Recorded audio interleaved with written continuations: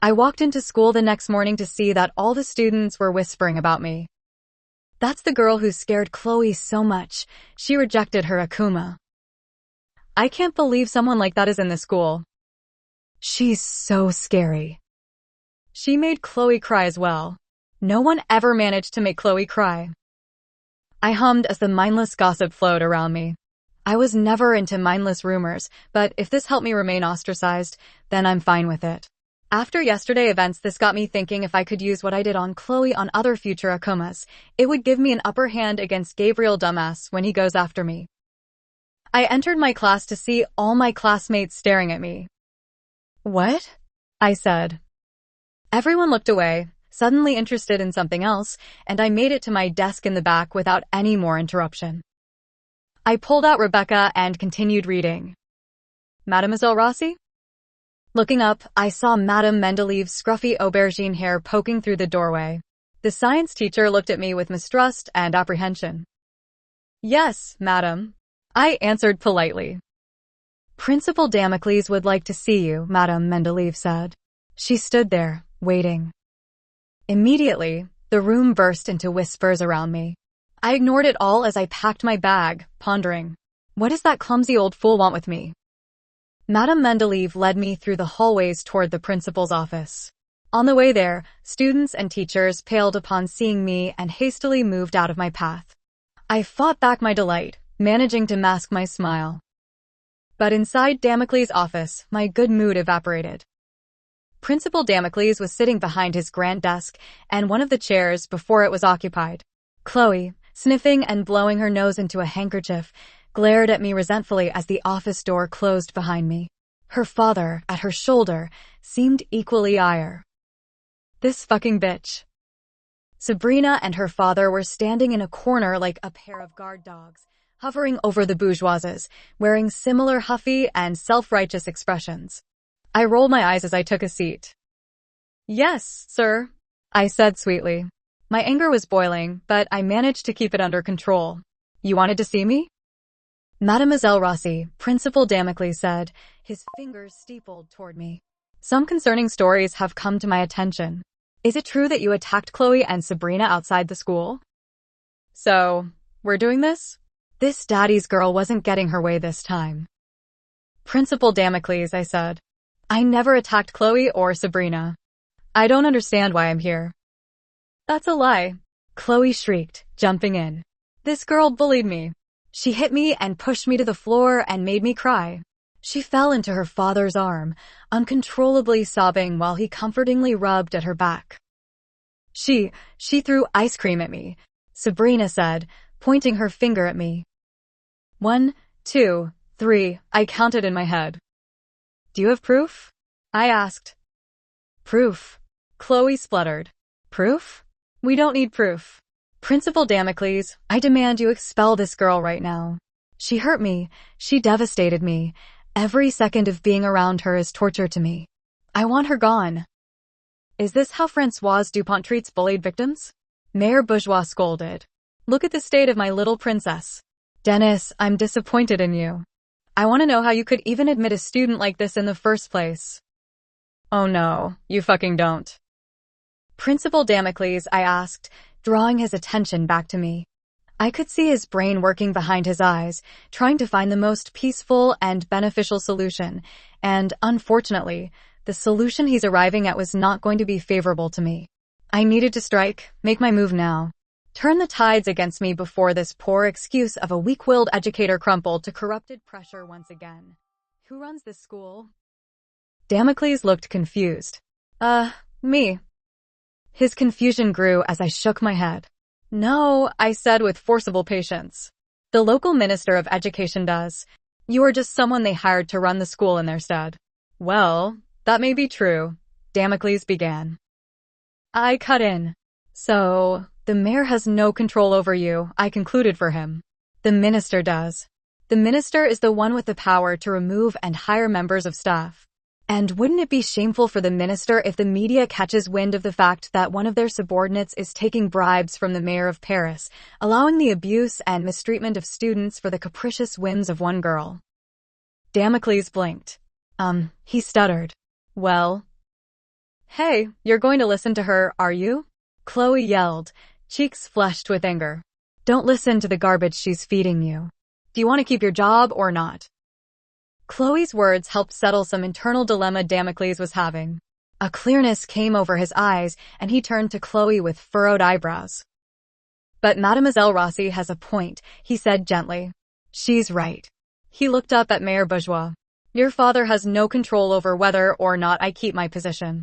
And it would be a blow to the school's reputation should any media realize that we're expelling students for forgivable misdemeanors. How dare you? Mayor Bourgeois swelled up. Forgivable? Sabrina demanded. Forgivable? Chloe was traumatized. She was in tears. I've never seen her cry like that, never ever. Chloe's shriek drowned out all of their complaints. We own you, she screamed at Damocles. We fund school lunches, we contribute to the school's infrastructure. It's because of us that this stupid school can even afford to pay its fucking electricity bills. Do as I said, or we'll fucking ruin you. Damocles turned back to me, as helpless as a child. Principal Damocles, I said calmly. Your teaching license and the teaching licenses of all your teachers are on the line. My mother is an important Italian diplomat, you know. If you expel me unfairly, I will go to the newspapers. The school will be investigated, it will be shut down, you'll all be fired, and you won't have to worry about whether or not you can pay the electricity bills because there'll be none to pay. Maybe you should be more worried about whether or not you can pay the utility bills for your own house. And whether or not you can find another job as a teacher ever again. I sat back, my arms crossed. This is a win-win situation for me, I said, just to twist the knife. Either I stay in the school, or I go to an even better one that the minister will personally procure for me since he's so embarrassed about what happened to me here. You have two choices. Do the right thing, or lose everything. Not even Chloe had a rebuttal to that. She looked at me, and then at Damocles, at her father, at Sabrina, then back to me again, rotating in circles like a dog chasing its own tail. She was so furious, the pupils of her eyes were shaking. But no one stepped up to make more threats or offer empty promises. Mademoiselle Rossi, Damocles said, his hands on his desk, grand in the way he spoke. He finally looked like a real principal. I apologize about what happened here today. You are free to go. I stood up, unable to hold in my smirk at last. You're forgiven, I said to Damocles. Stop, Chloe shrieked. This is not happening. This is not the way it's going to go. I always get what I want. Always, always. Chloe huffed and puffed at me. I changed my mind, she spat. You're not getting expelled, you're going to jail. Sabrina, tell everyone what really happened that day. Sabrina blinked foolishly. She threw ice cream at me. Not that, Chloe hissed. Insidious messages passed from her eyes to Sabrina's wide ones. What really happened? Tell everyone about what awful things Lila did to you after. Come on, don't be shy. This is a safe space. Just as I thought Chloe couldn't sink any lower, she did. I couldn't hold back my disgust. I wasn't even angry anymore, just repulsed. Even Mayor Bourgeois was starting to look uneasy. He tried to put a hand on Chloe's shoulder and whisper something into her ear, but she batted him away without a glance back. In the corner, Agent Roger stood uncomfortably at his spot. I glared at him and he avoided my eyes. Shouldn't you do something, you useless fucking policeman? I resisted the urge to groan out loud. I can't trust anyone in the city, not the heroes, not the adults, especially not the authorities. Come on, Sabrina, Chloe cooed, still trying to cajole her. Be brave, this is your time to be honest. You do want to help me, don't you? Maybe it's because Sabrina knew no one else was going to do anything. She made the fatal decision of looking at me. Keep that ugly mouth shut, I mouthed, snarling. I lied, Sabrina stuttered. What? Damocles said. Sabrina began sobbing into her hands. I lied, she cried. About everything. I lied about the ice cream, nothing happened. I fell to the ground and the ice cream fell over me and I lied that Lila did it because I was too embarrassed. What? Chloe shrieked. She grabbed Sabrina by the shoulders and began shaking her, hard. Sabrina's head rocked back and forth on her neck like a bobblehead doll's. What are you talking about? That's not the truth.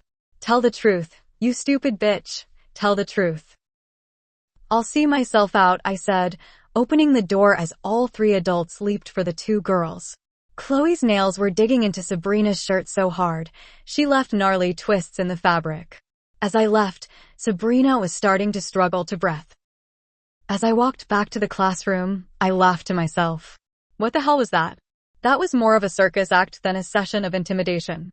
How did Chloe get away with tormenting so many students before? Were they that scared of bourgeois money? Or were they just weak? Back in Madame Bastier's class, our literature lesson was already midway through. Madame Bastier waved at me to quickly take my seat before going back to lecturing.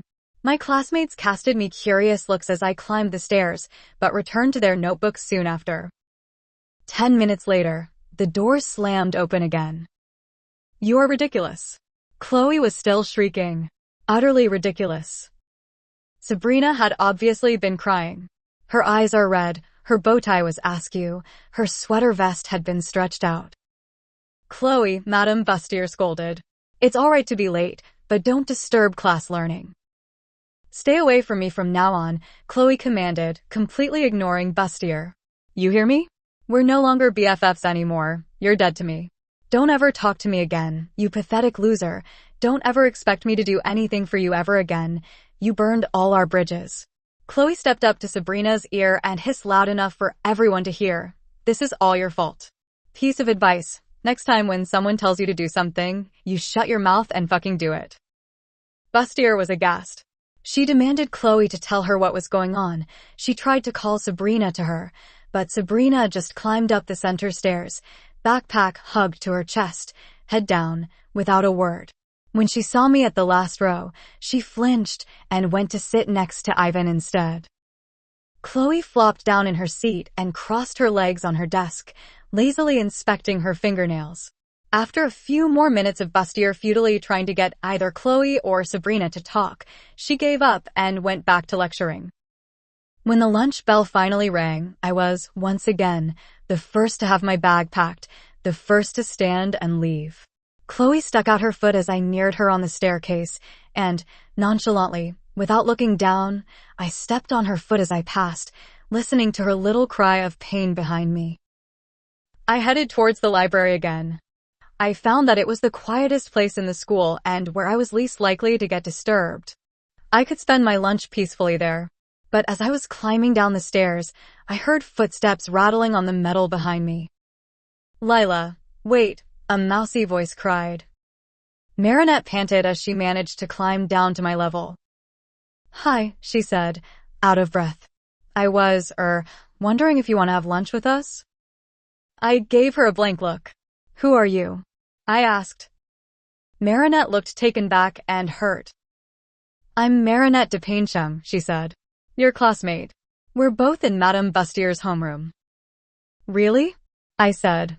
Sorry, I'm bad with names. And faces. And I'm busy today. What would be a good time for you then? Marinette yelled at my back as I started walking away again. Never, I yelled back. I'll always be busy. She hiding something, Tiki, Marinette said. Marinette ended up having lunch in her bedroom, eating sandwiches at her desk. Tiki snacked on chocolate chip cookies beside her. Step 1 in Marinette's plan on how to get closer to Lila and learn more about her was to be her friend.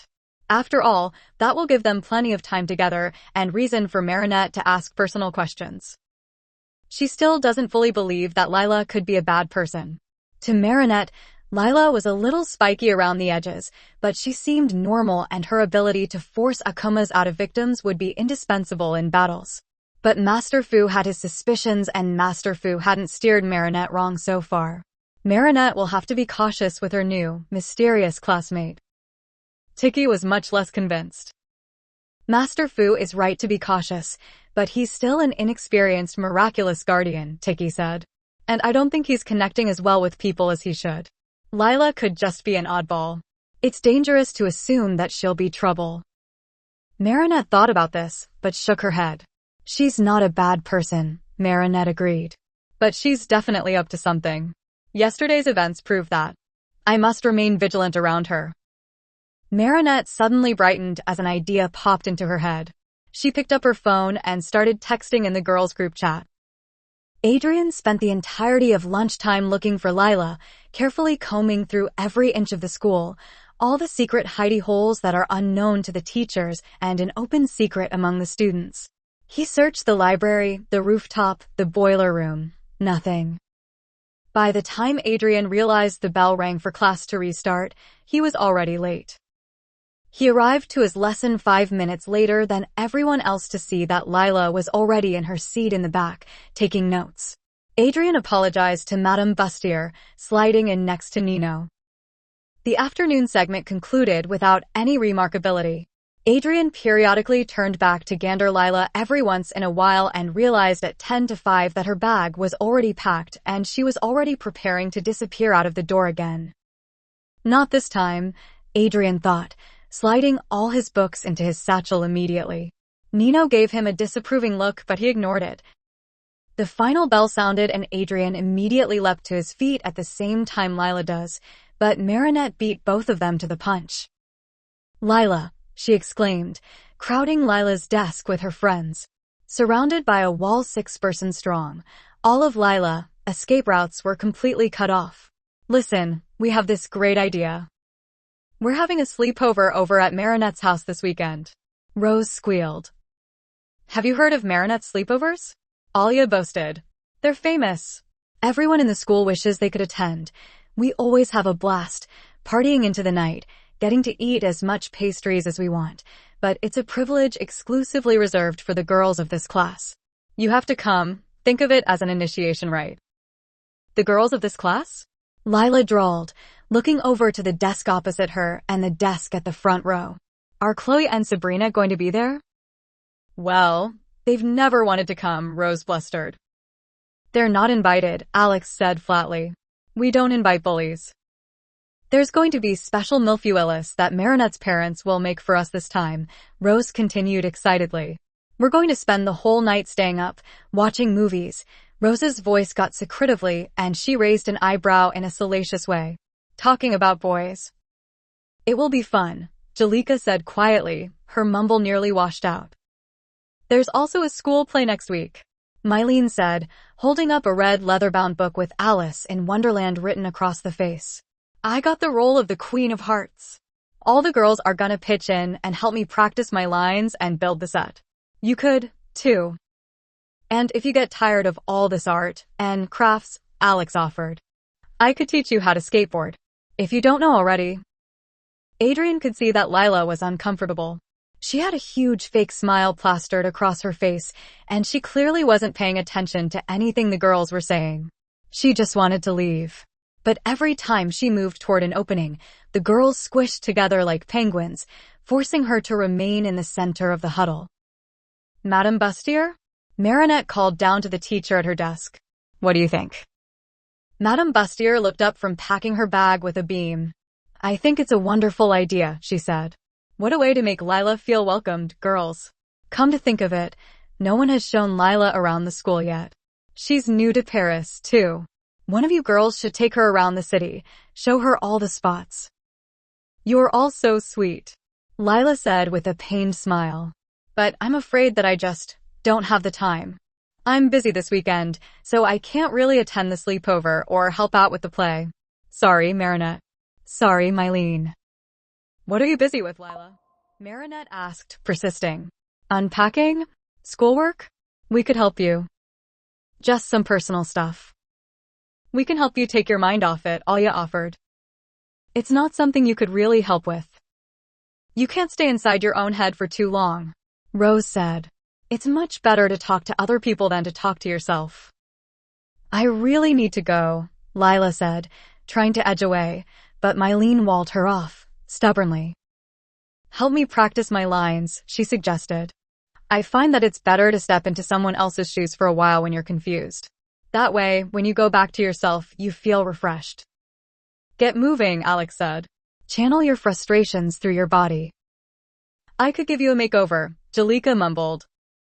Lila was overwhelmed, her chest pumping with her sharp breaths.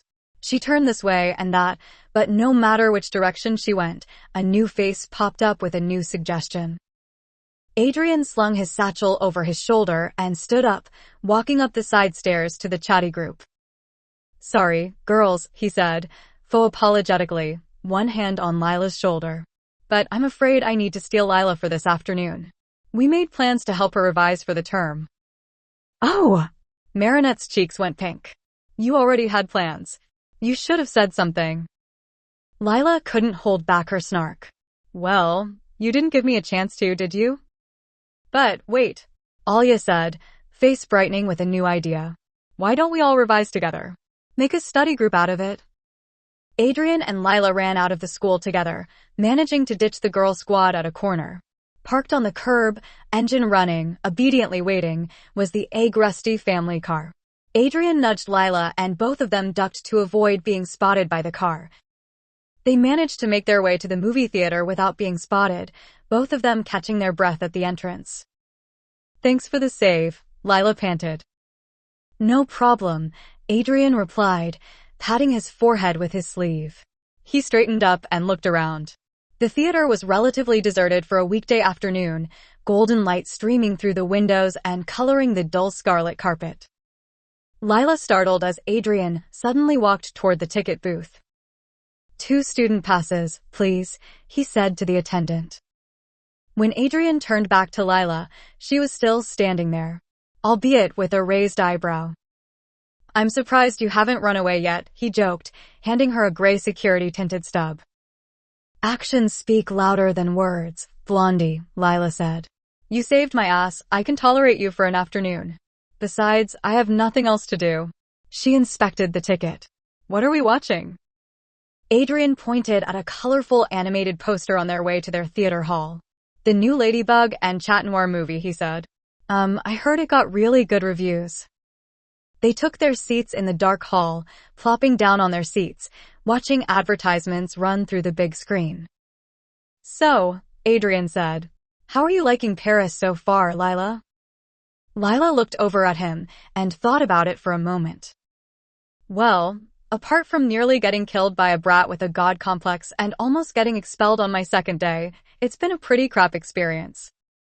Adrian's eyes were wide. You nearly got expelled? Lila nodded. Yeah, I said some not-so-nice words to this blonde girl yesterday, forgot her name, but she had this entitled, rich girl attitude, and she kept talking about how her daddy's the mayor. I may or may not have thrown an ice cream cone at this other girl who was her friend/servant. Adrian winced. Were their names Chloe and Sabrina? Lila snapped her fingers. Yes, she said. I think that was it. How do you know them? Adrian flustered. You said they tried to expel you? Yeah, Lila said. I was called to the principal's office and they were there, along with rich girl's mayor daddy and a policeman, for some fucking reason. They started talking about how I traumatized them for life and how I was going to be thrown into jail, and I had to confront the principal and threaten Sabrina to get myself out of it. Adrian thought back to how Chloe and Sabrina entered the classroom this morning, Sabrina's eyes red and teary, and their dramatic breakup in front of everyone. That was you, Adrian said, aghast. Before you start preaching at me about how horrible I am, Lila sneered. They were both going to get me expelled. Actually, Chloe went one step further than that and tried to get me thrown in jail. She started needling at Sabrina to tell bullshit tales about how I secretly assaulted her and Sabrina couldn't do it. That's why Sabrina was all crying and shit. Adrian looked down at the slap. How did your argument start? He asked. Was it a misunderstanding? Lila snorted and shook her head. I bumped into Chloe, she said. I fell, and then she started yelling at me about not knowing who she is. I got irritated and yelled back that no one fucking cares who she is.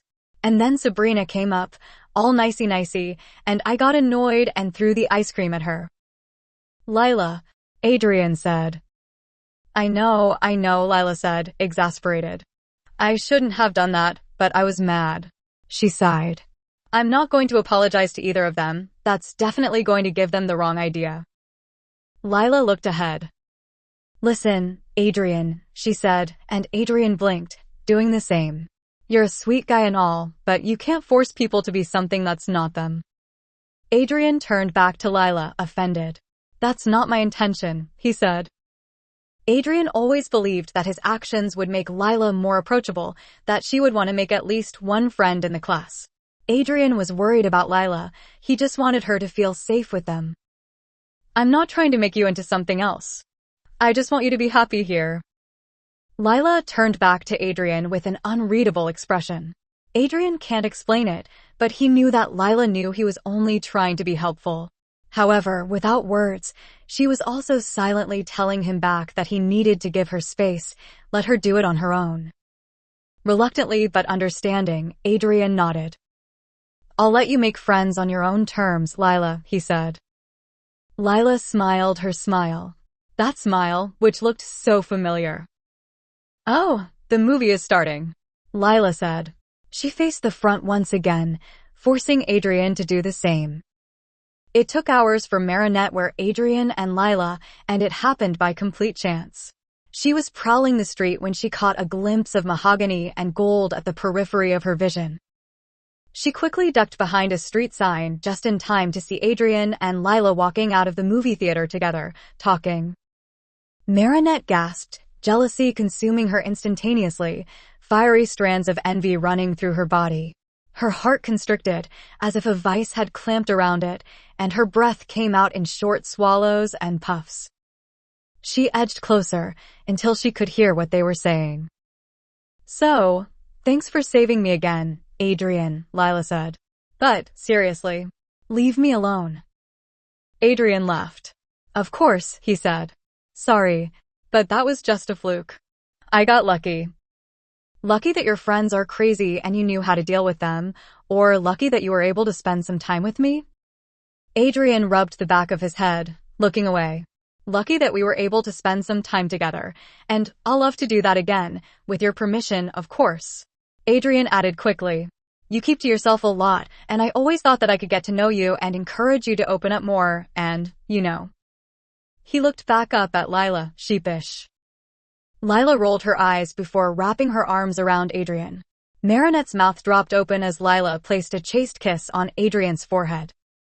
Lila moved back. Thanks for thinking about me, Lila said. It was nice spending time with you today, but I have to go now. Adrian watched Lila leave with a slightly dazed look, his fingers near where Lila had kissed him, his cheeks pink. Behind a corner, watching all of this, Marinette's cheeks grew red with anger. I made my way back to my apartment in the Marais. It's just me and my mother there, although I could barely call it that. My mother wasn't there most days or night. I couldn't help thinking that my plans of becoming a lone wolf had backfired horribly. I managed to fend Adrian off, and hopefully this time he'll stay away. But now Marinette and her girl squad have taken an interest in me, and there's no way this will be the last I ever hear from Chloe. Honestly, I don't think what I did to Chloe was that bad. Sure, I meant to scare her, but I didn't mean to scare her so much that the Akuma was forced out of her. Then, again, in my old life, I did have some pretty bad anger issues. A lot of children thought I was frightening when I thought I was just being blunt. It got bad enough that, once, I had to be homeschooled for a month. I really didn't mind. I got to spend time with my father. I paused and thought about it. My father was really the only support system I had. My mother was quite like Mrs. Rossi, a workaholic that I rarely got to see. When my father became sick, she didn't want to take time off work to take care of him, so she sent him to a hospital instead to become someone else's minding. I remember my parents' arguments, the two of them yelling at each other when they thought I already went to bed. My father was concerned about what would happen to me if he went, who would take care of me, and my mother said, "She's 12 years old, she can take care of herself." As if a middle schooler could know how to cook and wake themselves up in the morning, make time to clean the house on the weekend, and complete their homework. I had to see a therapist after my father passed away. I suppose that was my mother's final gift to me. I became better at taking care of myself over the years, and had just been about to graduate from 11th grade when I woke up here, in this body. How did I even get here? What was I doing that day? Why can't I remember anything? My head was hurting and my steps stumbled. I put a hand against my temple and the world around me began to spin. Lila's walking became unstable as the sharp ache in her head grew. She tried to remember what action caused her to be here. You know, Lila, Things in life never play out the way we want them to. What makes us different from others is that we have each other. Don't you forget that even through death, I will always be your friend. No matter what. The male voice sounded so familiar to Lila, and she tried to grab onto it, but her vision was beginning to fade, and the ground was coming up fast. Adrian realized he forgot to ask for Lila's number and went back to find her again. On the way, he had to dodge Natalie and the gorilla as they are driving around in the Agresti family car, looking for him. After a while of wandering down the street where they parted, Adrian saw a crowd of people gathered around something on the floor. Adrian was curious, and deciding that he doesn't want to be mobbed today, he decided to transform into Chat Noir before approaching. "Excuse me," he said, pushing through the crowd. "What are we looking at?" "Oh, Chat Noir," a woman near him gasped, pulling him into the center. "Thank goodness, you're here. We have to get this girl to a hospital." "Lila," Chat Noir exclaimed. She was pale and unconscious, lying crumpled. "She's burning up," an older man said, hand to Lila's forehead. "We're so happy you came along, Chat Noir," the woman said to him. "We were just about to call an ambulance." "Don't worry, I got this," Chat Noir assured, bending down to pick Lila up in a bridal carry, making sure to support her neck. "Does anyone know where she lives?" A hand raised up among the back of the crowd. I do. A young girl eagerly pushed her way through the crowd. "We live in the same apartment building around the park. I've seen her around. She lives on the floor above me." Chat Noir smiled. "Thank you," he said. "Can you show me?" "Wait," the older man interrupted. "Aren't you going to take her to the hospital?" "I am," Chat Noir said. "I just need to know where she lives so I can let her parents know." The older man nodded. Chat Noir looked at the young girl who turned around to lead the way. When Lila woke up, she was in her bedroom, lying on her bed. Late afternoon sunlight was streaming through the window and she could hear crows crying in the park. Lila sat up, her mouth was as dry as cotton, to see Chat Noir sitting cross-legged by her bed on the floor. "What happened?" Lila demanded. Chat Noir whipped around. "Oh, thank goodness, you're awake," he said. "I was on early patrol and saw that you had collapsed, unconscious. I took you home." Chat Noir gave Lila a considerate once-over. "Are you okay?" Lila nodded hesitantly. "I think so. I don't feel sick. I don't know what happened. I just remember getting a headache and then passing out." She looked down at Chat Noir. "Thank you for taking me home," she said. "But I'm fine now. You can go." Chat Noir didn't like that. "Lila," he said. Lila cut him off. "I'll be all right," she said. "I just need some reason. So, please leave." Chat Noir was still unsatisfied, but if Lila said she was fine. Chat Noir nodded and made his way to the window. Before he jumped out, he looked back at Lila and said, "Don't come to school tomorrow." Then, he was gone. Lila blinked. "I wasn't planning on showing up anyway," she thought as she laid back down on the bed. A hazy memory resurfaced, something Lila thought she had forgotten about. Her late father stood before her, holding in his hand the daddy and baby fox keychain that had become so dear to Lila. "I know you're scared, Layla," he said. "I'm scared too. Your mother was never someone I could get along with, but I don't want you to hate her for her mistakes. Sometimes it's best to forgive and forget what horrible things people have done to you so you can move forward." He handed her the keychain. "This will be the symbol of my love for you, Layla, my little fox. Use it to remember me when you feel sad." Lila opened her eyes. Tears were rolling down her cheeks. Her father had died on the day just before she started 9th grade. Lila reached up to wipe away the tears. Why must the most painful memories come now? Adrian made it home without trouble. He turned the TV on to occupy his thoughts, but his mind couldn't help going back to Lila. Something was troubling her, he could tell. She kept this secret close to her chest, but Adrian was worried that it might break her. "Kid, what are you looking all focused about?" Plag asked. "Lila," Adrian said. "I don't know why, Plag, but I think I've known her from somewhere before." Plag frowned. "What do you mean?" Adrian looked at him. I think I know her from a dream, or maybe a past life. Okay, that's enough, Flag interrupted. Adrian, you're talking crazy. You met her yesterday. I don't know what's got you so fired up about her, but it's not because you knew her from a past life. You don't understand, Flag. Adrian said. I feel it in my soul that I've met her before. The way she looks, her attitude, the way she looks at people, it's like, Adrian struggled to put it into words. It's this feeling I have, like we're connected somehow. Adrian looked at Flag. Flag, we must be connected somehow, he said. The first time I met her, I felt like I already knew her. Flag shook his head. You're talking nonsense, Adrian, he said. I think you're taking this infatuation too far. Adrian looked frustrated that Flag couldn't understand. It's not an infatuation, he said. And I'm not talking nonsense, I'm talking sense. Adrian didn't know how to put it in a way that Flag would understand, and Flag was growing concerned for Adrian's mental state. As far as Flag knew, this is the first time Adrian and Lila had met. How could he be coming up with these fantastical and harebrained theories? Maybe Adrian simply got too attached to Lila after a lifetime of loneliness? He's only been at public school for a week now.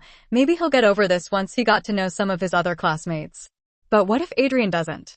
What if he remained this besotted with Lila? A knock on the door startled them both. Flag, hide. Adrian hissed before straightening up and clearing his throat. Come in.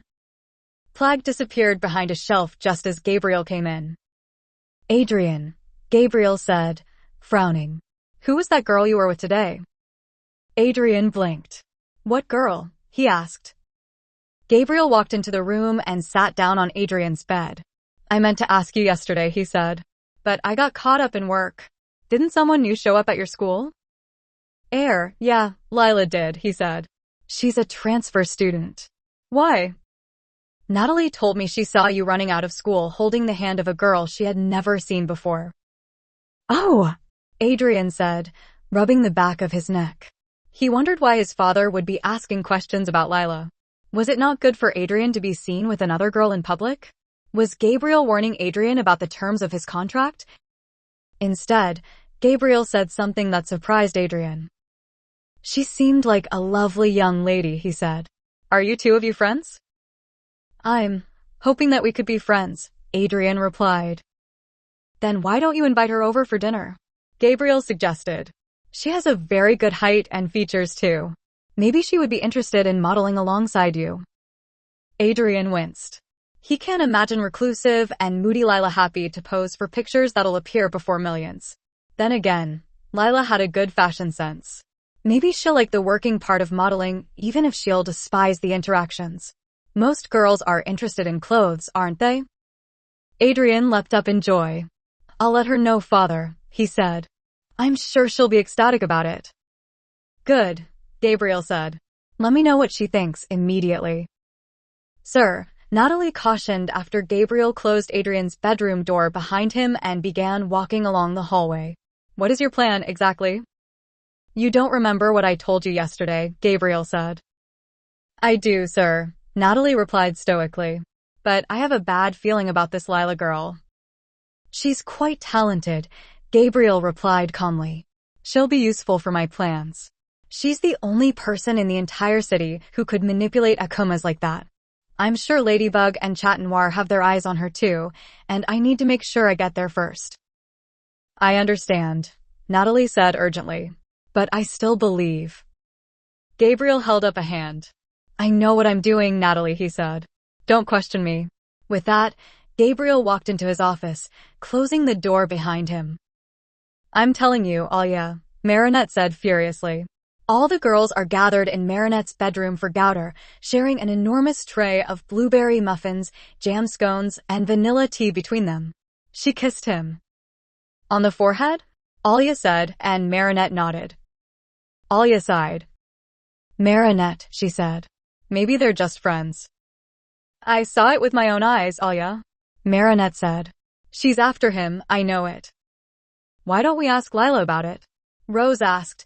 I'm sure she'll back off if we explain the situation to her. Or, Alex said. She wouldn't care and goes on to do her own thing anyway. It's not like you have dibs on Adrian. Alia was deep in thought. She looked over the girls before her eyes landed on Jalika. I have a plan, she announced. Jalika, we need your twin brother. Jalika looked confused, but nodded. Marinette looked confused too. Jalika has a twin, she said. Yes, Alia said. And here's how we're going to use him. And NVSB. Lila opened her eyes to a faint tapping at her window. Groggily, she sat up. It was some indecipherable time in the evening. The sky was dark and shadows draped all over her bedroom. She made her way over to the window and opened it. Yes, she said. My fair lady, Lila. Chatnoir declared happily, his grin a slash of brightness in the gloom. I have good news for you. Adrien Agresti has kindly requested that I tell you that you are invited to his house tomorrow afternoon. Isn't this fantastic? He's a famous model, you know. Lila couldn't have cared less about her. She blinked slowly, her mind was still clogged with sleep. An invitation to the Agresti mansion? For whatever reason. Well, Lila could use this opportunity to her advantage. Sure, Lila said. Pass the message back, my Black Knight. Tell Adrien I'll be there after school. Chatnoir's eyes lit up in happiness. I shall, he said. He grabbed Lila's hand and kissed it. Farewell, my lady. Chatnoir vanished back into the night. Lila's mother came to check on her the next morning, and Lila managed to convince her that she was too sick to go to school. Mrs. Rossi seemed annoyed, but she understood. She called Madame Bustier and told Lila that there was soup in the kitchen and medicine on the medicine. Then, she was off to work. Every time Lila was in the presence of Mrs. Rossi, she grew more and more irritated. Why does Mrs. Rossi remind Lila so much of her own mother? She took a breath and forced herself to calm down. Don't get angry. She pulled her laptop into her lap and opened it. Not a lot was ever revealed about Gabriel Agresti in the show.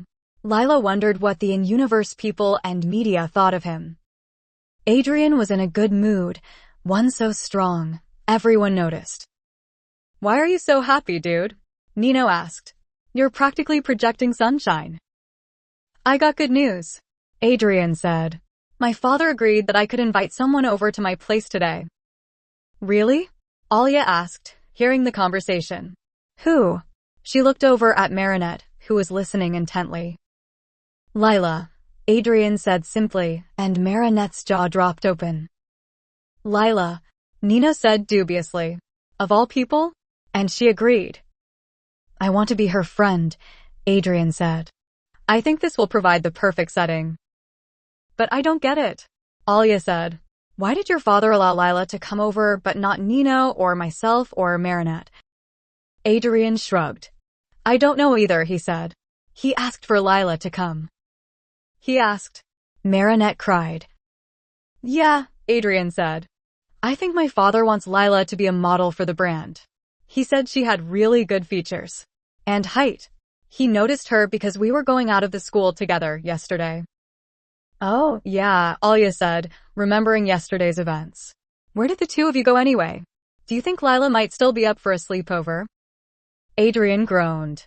Not like that, he said. Lila is a really private person. You guys were making her uncomfortable, keep asking and not taking no for an answer. Alia's cheeks flushed. We were just trying to be nice, she said. Marinette shook herself out of her disbelief. She had been trying to get inside Adrien's house for ages. Why was Lila granted entry after one glimpse? We just wanted to get to know her better, Marinette argued. Yeah, that's fine, Adrien said. But don't gang up on her. That was really rude. Marinette gasped. How is that rude? I've already tried to get her to hang out with me once, but she said no. So, instead of listening to her, you've decided to gang up on her and force her to say yes, Adrien surmised. Marinette was at a loss for words.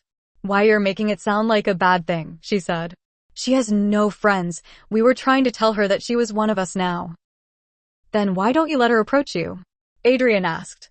Instead of practically demanding that she be a part of your group? That's called peer pressure. Whoa, Adrien, Nino said. How the heck do you know about these things? You've never had a friend before. Uh, Nino, Kim called from across the room. That's kind of mean. Yeah, said Max, don't be insensitive. Adrian did have friends before. Chloe said heatedly. He had me. Having no friend would be better than having Chloe as your only friend, Rose muttered. Yeah, sorry, Chloe, but you don't count, Alia said. I do so count. Alia rolled her eyes, looking back at the boys. Adrian was quiet and looking at Nino with a still and neutral expression. Nino looked sheepish. What does he know? A voice inside Adrian's voice said. It wasn't his voice, but it sounded similar, just far deeper. I mean, really? That was uncalled for. Everyone knows what peer pressure is. You watch them all the time because you try to become a good friend by learning from them. Adrian began packing his bag. Hey, dude, wait. Nino started, but Adrian didn't hear him. Look at how they treat each other, this cycle of toxicity and shit-talking. Adrian started down the stairs. Adrian, hold on. Marinette cried after him. Friends don't hurt each other, friends help each other. Why be friends with people that are willing to hurt others for their own wants? Right, Adrian? Madame Bustier walked into the classroom just as Adrian was walking out. Adrian? Madame Bustier said, surprised. Was one of her star students trying to cut class? No one but Marinette could rival Adrian's grades and academic diligence. Where are you going? Adrian didn't respond. He kept on walking. Madame Bustier stared in befuddlement after him. The bell had rung long ago and the courtyard was empty. His figure seemed extra lonely walking on. Madame Bustier went inside the classroom. What happened? She asked. Marinette opened her mouth, but Chloe jumped in before she could say anything. Nino insulted Adrian, she said, checking her appearance in a compact mirror. He said that he's a loser with no friends. Nino squawked in affront and Alia hissed in anger. No, he didn't, Marinette said angrily. Stop lying, Chloe. Nino didn't say that, she said to Madame Bustier. He kind of did, Kim said. He did say that Adrian never had friends before. It was kinda mean. Yeah, but he didn't mean to say it like that, Marinette said. Why, I was just surprised, and it slipped out, Nino said. He looked at Madame Bustier in plea. I didn't mean to make Adrian angry. I probably shouldn't have said that, though. You just have to apologize and make up, Marinette said urgently. Adrian's just a little touchy about it now, but I'm sure he'll get over it and forgive you. Madame Bustier, can Nino go find Adrian and bring him back? Madame Bustier nodded. Of course, she said. Adrian can't miss class. Go after him, Nino. Nino nodded and ran down the stairs, his sneakers pounding on the steps. He disappeared out the door. Well, class, while Nino is getting Adrian, we'll get started with some revision from yesterday, Madame Bustier told the rest of the class. Page 136, please, students. Rose raised her hand. Yes, Mademoiselle Rose? Rose pointed to the empty table at the back. Lila isn't here either, madam. Yes, Madame Bustier said. I know. Lila is unfortunately sick today. Her mother just called me. She'll be back tomorrow. The rest of the class accepted this easily, opening their textbooks. Marinette raised an eyebrow. Sick? That's weird and suspicious. Lila hummed, hunched over her laptop, reading up all the available information there was on Gabriel Agresti. A famous fashion designer and a fashion prodigy from his student days, there was plenty about his career and scarce information on his family. In the show, Emily had disappeared before the canon events and Gabriel stopped going out of the house after. No one apart from Gabriel, Natalie, and Lila knew that Emily's body was actually in a massive crypt under the Agresti mansion. Lila cursed herself. The miraculous grimoire. She was supposed to steal it the first day she met Adrian, but she had been so frazzled by the new world she was transported into, it completely escaped her mind. Now, Lila had lost the biggest information source there was on the miraculous. Lila had tried her hardest to fly under the radar, but now Adrian, Gabriel Agresti, and Marinette had all taken an interest in her. Literally the three worst people to do so. The three of them were going to be a pain in the ass for her to rid. Gabriel was the easiest. He cared for no one but himself, not even for his son, and Lila can shortly convince him that she's not worth pursuing. For some reason, Adrian had an inexplicable attachment to Lila that Lila herself cannot explain. She was rude and hostile with him from the very start, and he still wanted to be her friend. Marinette was probably keeping an eye on her because of the Chloe Akuma incident. Ladybug needed to keep track of all abnormalities involving Akuma in the city, after all. Gabriel was probably interested in Lila for the same reason, now that Lila thought about it. Maybe it wouldn't be so easy to get rid of him after all. Fuck, Lila had messed up. A knock on the door made Lila look up. Who could that be? She closed her laptop and went into the living room to open the front door. Hi, Lila, Adrian said. I skipped school. Wanna hang out? Adrian? Lila said, opening the door fully so he could come in.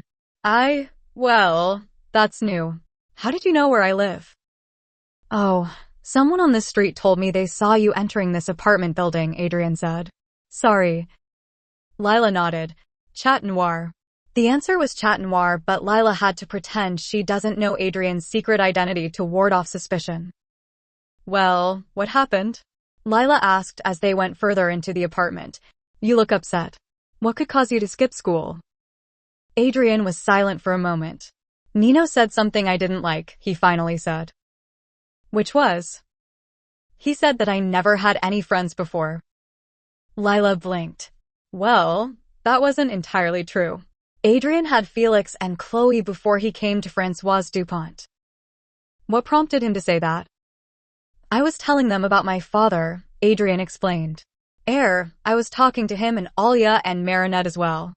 I was telling Marinette and Alia that their behavior yesterday was really rude. I was saying that they shouldn't have treated you like that, ganged up on you, because that was peer pressure. And then Nino asked me how I know that term when I never had friends before. Lila winced. Maybe Adrian never did have a real friend before, with self-centered Chloe and distant Felix, but there was no need for Nino to put it like that.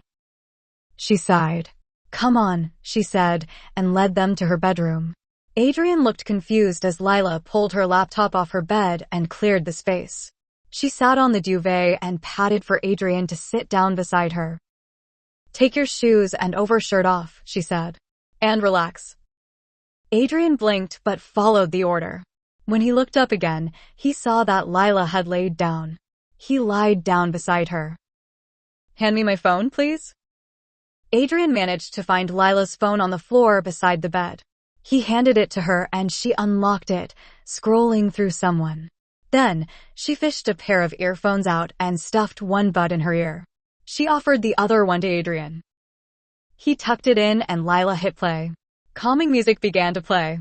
Adrian was still really confused, but the music was doing a good job of soothing his mood and calming him down. He closed his eyes to the sound of the soft melodies. After a minute, he opened his eyes to realize Lila had fallen asleep. Adrian's green eyes looked her sleeping form up and down. This was so strange. The way Lila always acted was off. She wanted to be alone, but at the same time, she actively made Adrian feel he doesn't know what to feel. She was such an enigma. Lila could be sweet, but in a second she could be belligerent. Like the wind, she changed directions with warning. Adrian, Plag said. Adrian looked at the Kwame. We should get out of here. Adrian shook his head and turned his back to Plag. Adrian, Plag snapped. What are you doing? Lila, Adrian thought. Why are you making me feel this way? You seem so familiar and, yet, not at the same time. Adrian sighed as he moved closer to Lila, placing his head beside her arm. As he moved his arm over her, Lila shifted. Adrian stilled, but Lila didn't wake up. She grumbled as she wriggled into a more comfortable position, curling in Adrian's direction until he could hug her. Adrian closed his eyes with his chin resting on Lila's crown. Lila, Adrian thought, before he fell asleep. Plag cursed and flew up to the roof. This wasn't like Adrian. Why was he acting so strange all of a sudden? The day flew quickly as the two of them napped. As the sun began to set, Plagg decided it was time at last to wake Adrian up. People were going to worry. But as he flew down towards the bedroom, he had to hide himself as the bedroom door opened at that moment. Lila, Mrs. Rossi was saying, and she stood short at the scene in front of her. She doesn't seem to know how to react, one hand covering her mouth. But after a moment, she left to come back with a blanket. Gently, she draped the blanket around Lila and her friend, gazing at her daughter's peacefully resting face. Then, she pulled out her phone, took a few sneaky photos, before giggling and walking out of the room. Half an hour later, a knock sounded at the Rossi's door. Mrs. Rossi pulled back the doorknob to see a young student with black hair pulled into pigtails staring up at her. "Hello," Mrs. Rossi said. "Can I help you?" Hi," Marinette said. "I'm looking for a friend of mine, Adrian Agresti? I'm wondering if you've seen him around." Mrs. Rossi raised an eyebrow. "What does he look like?" Blonde hair, green eyes. He looks like this." Marinette pulled out her phone and showed Mrs. Rossi her wallpaper. Mrs. Rossi bent down to squint at the image. "Oh, Lila's boyfriend?" "Yes, he's here. Come in." Marinette blinked fast. Boyfriend? Boyfriend? What does that mean? Adrian wasn't Lila's boyfriend. They barely knew each other. Heart pounding, Marinette followed Mrs. Rossi into the apartment. Her jealousy and anger was growing. Her fingers trembled with apprehension. Mrs. Rossi was approaching a door that had a keep out. "That means you too, Mom." Sign hung over it. She carefully twisted open the door knob and peered inside, before shaking her head and giggling. "They're still asleep," Mrs. Rossi said. "Look, aren't they so cute?" Marinette almost pulled Mrs. Rossi aside in her haste to peer in. She blinked as her eyes slowly adjusted to the darkness.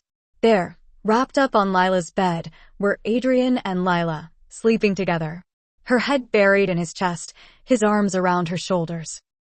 Adrian hugging Lila, while they slept. Marinette's entire body was shaking in rage, but there was a smothering sadness too.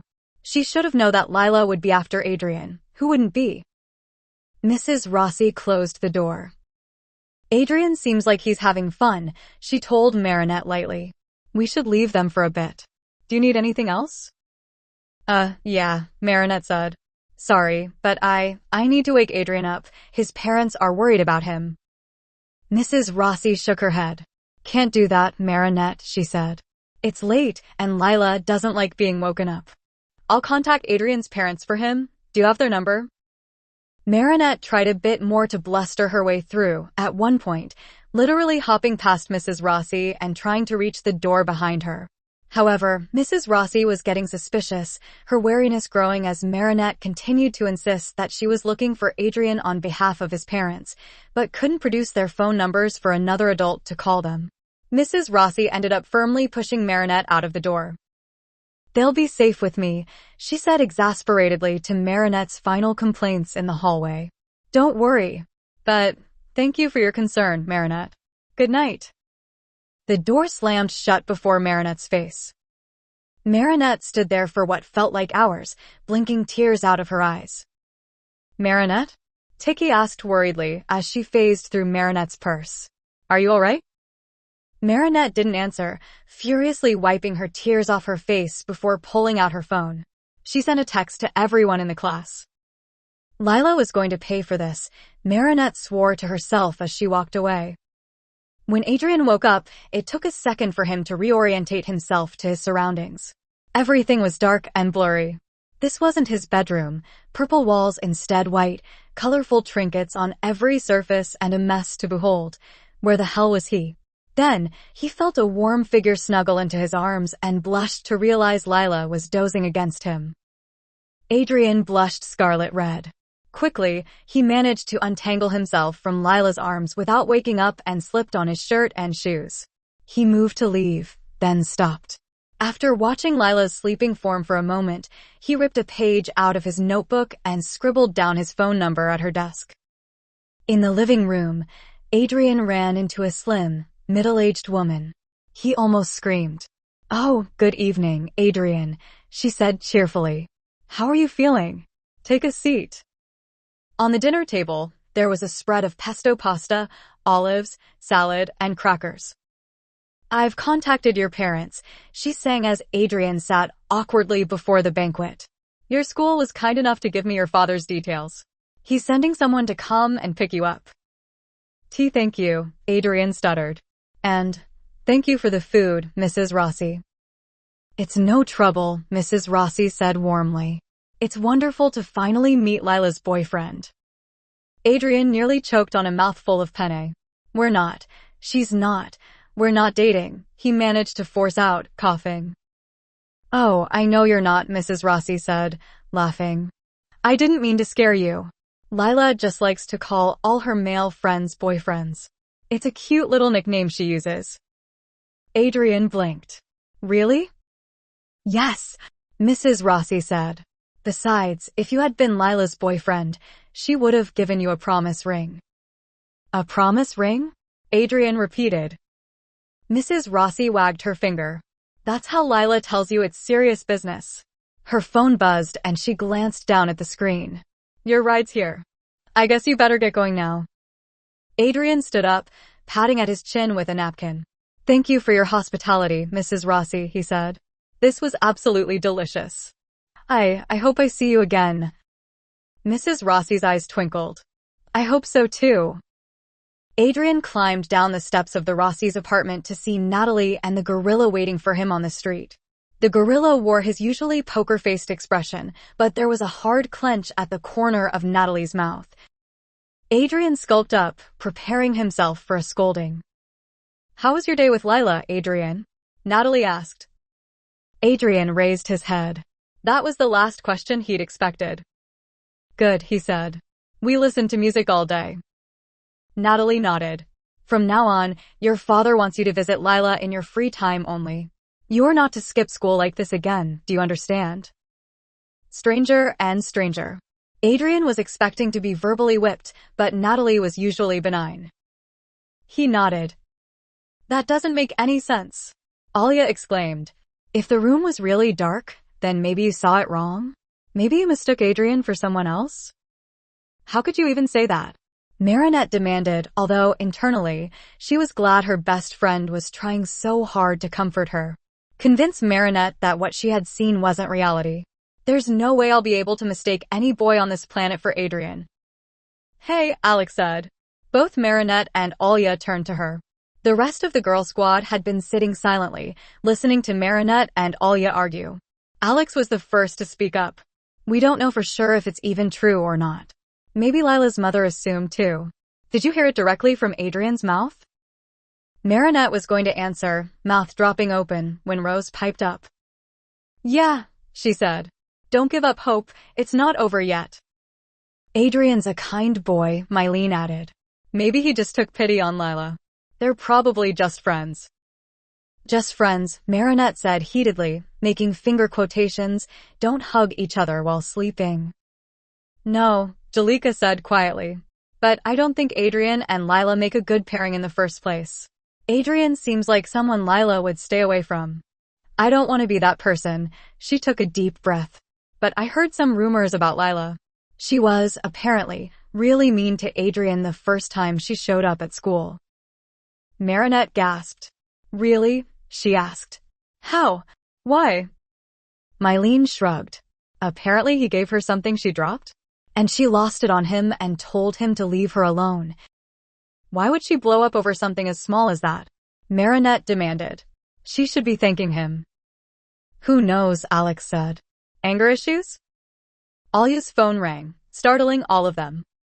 Hold on, Alia said, fumbling to free the device from her pocket. It's Nino, she said, before placing her phone to her ear. Hey, Nino. What's up? Alia's eyebrows furrowed as Nino's voice talked tinnily on the other end. It's about Adrian, she said to the girls. Then, back to the speaker. Hang on, Nino, let me put you on speaker.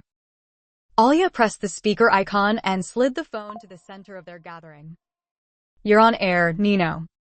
Great, Nino said. I just got a text from Adrian. This means that we're good, I think. Anyway, he just asked me for help on picking something out for Lila. Marinette looked like she was going to faint. Like, a present? Alex asked. I guess, Nino said, unsure. He told me that he was with Lila all day and he had dinner at her house. Then he started talking about getting Lila a promise ring to show that he was serious about something. I don't know what that was about. A thud echoed through the room. What was that? Nino asked, startled. Are you guys okay? Did something fall over? That was Marinette fainting, Alex explained helpfully, as the rest of the girls leapt into panicked action. Rose and Julika rolled Marinette over onto her side while Mylene fanned her with a thin magazine. We're fine. She might need some time to recover. Oh, boy, Nino said. Well, let me say the rest before I shock her further. So, Adrian explained that Lila apparently has this habit of calling her male friends boyfriends, and he said that he was touched that Mrs. Rossi considered Adrian to be one of Lila's boyfriends. Alia blinked. You mean? Yeah, I think they're just platonic. Alia began shaking Marinette. Marinette, wake up, she said. Did you hear that? Nino confirmed it, they're just friends. It's all platonic, Marinette. Let her know, Nino said, concerned. Is she going to be all right? She'll be fine, Alex said. Even better once she hear that news. Good, Nino said. That should be the end of it. He paused. I think. You think? Mylene said. Well, Nino started hesitantly. Is Marinette still unconscious? Alex peeled back one of Marinette's eyelids and stared at her unmoving pupil. Yep. Adrian has this weird obsession with Lila, Nino said. I don't know why. He wants, really badly, to be her friend. For some reason, he can't leave her alone. He keeps wanting to find her, even when she's literally running away from him. That's not good, Mylene said. That's an understatement, Alex said. Alia has her hands cupped over Marinette's ears. Any more bad news? She demanded. That's all I have, Nino said.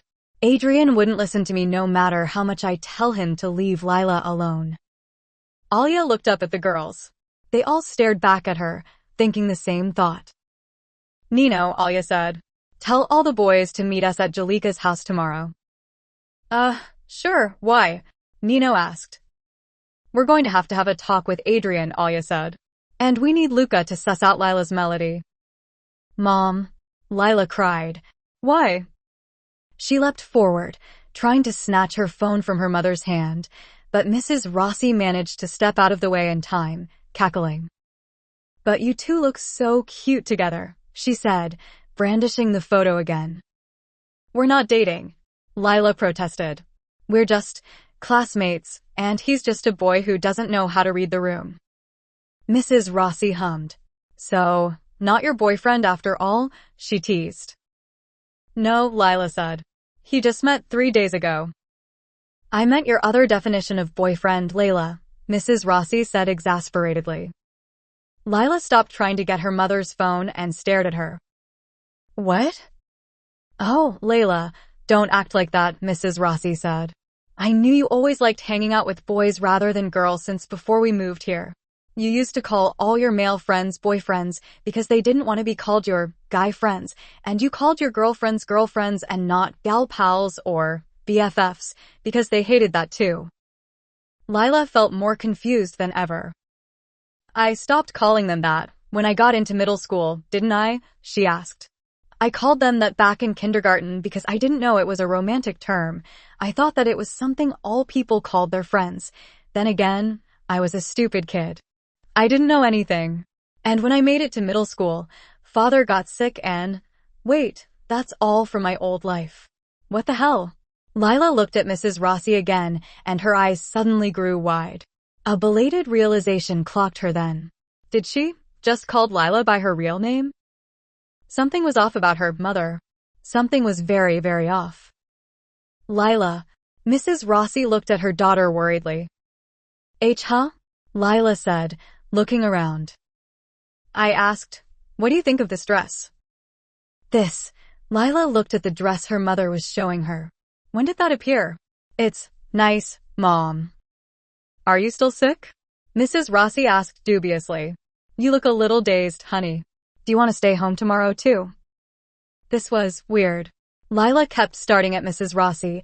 Everything that had just happened in the last 10 minutes seemed to be wiped away. Was she hallucinating?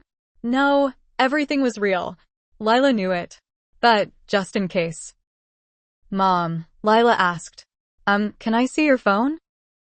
Sure, Mrs. Rossi agreed easily, handing it over. Why? Just to check something. Once the home screen was unlocked, Lila went straight to the photo gallery, scrolling to the very bottom. Nothing. No photos of her or Adrian. Lila felt sick. Sweetheart? Mrs. Rossi asked. Sweetheart. Lila shoved Mrs. Rossi's phone back at her and ran quickly to the bathroom. Mrs. Rossi then heard what sounded like Lila throwing up. She shook her head. Must be a stomach bug. All right, I'll call the school first thing in the morning to tell them you're staying in for another day, she said. Lila went back to her bedroom the moment she felt stable enough to. She didn't say a word to her mother on the way. She fell into her bed, body shaking, the lights bright, the smell of something burning all around her. What was going on? Lila glanced over at her desk and realized there was a piece of paper on it. She picked it up and saw that Adrian had left his phone number. She wanted to throw it away, but something about this number looked so familiar to her. Lila added Adrian's phone number to her contacts list. She tried to think up of a nickname for Adrian and decided to just call him Catboy. Adrian received his first text from Lila an hour after he left her house. The moment his phone buzzed, he leapt for it. There was a new text from an unknown number. Hey Adrian, it's Lila. I won't be going back to school tomorrow. Adrian sighed sadly before replying. Catboy, no worries, Lila. Get better soon. Adrian smiled. Thanks. Night. Catboy, night. Adrian flopped back on his bed, and his thumbs hovered over the edit details for Lila's profile. What should he save her name as? Just Lila? Lila Rossi? They're not on the level for best friend nickname texts, Adrian doesn't think. Just call her Fox Phoenix. She loved that name. Oh, that's a good one, Adrian said. Thanks, Flag. He quickly typed it in, eagerly saving Lila's number as Fox Phoenix. You're welcome, kid, Flag said. He didn't say anything. Was Adrian mishearing? What was going on? Flag watched Adrian with worry. Adrian beamed at Lila's nickname on his screen before clicking his phone off and falling asleep. Adrian was acting in such un-Adrian manners recently. Maybe this was just a stint, but if not, it might affect the way Chattanwar operates. Maybe Flag should tell Master Fu about this. Flag shuddered. That's a tomorrow problem. He flew down onto Adrian's pillow and curled up on the soft material. Flag doesn't even know how to begin addressing Adrian's sudden strangeness. One thing was for certain. It all started with that Lila girl.